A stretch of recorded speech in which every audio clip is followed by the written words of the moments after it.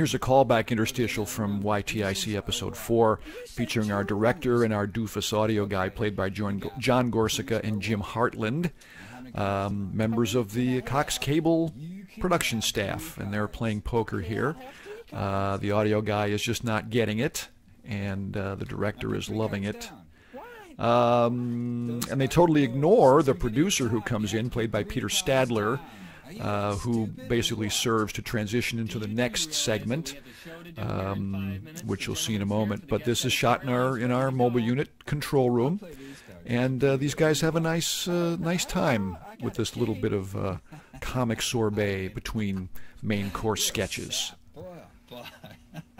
Do you hear me?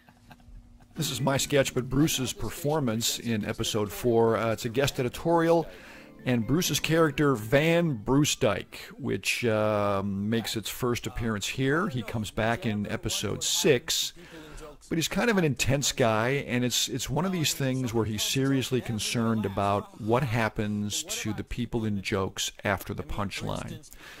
And he was concerned enough about it to do a guest editorial about it. This is one of our several sketches that is comedy about comedy, jokes about jokes. And I didn't realize how many of those we did until I was going through these sketches 40 years later. But this is one of our one-shot sketches, for the most part. And Bruce has some fun with this character, love character-based humor.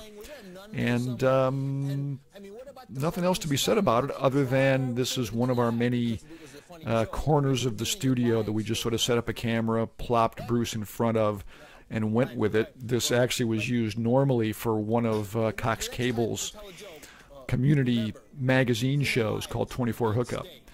But there's Bruce being Bruce-Dyke. Yeah?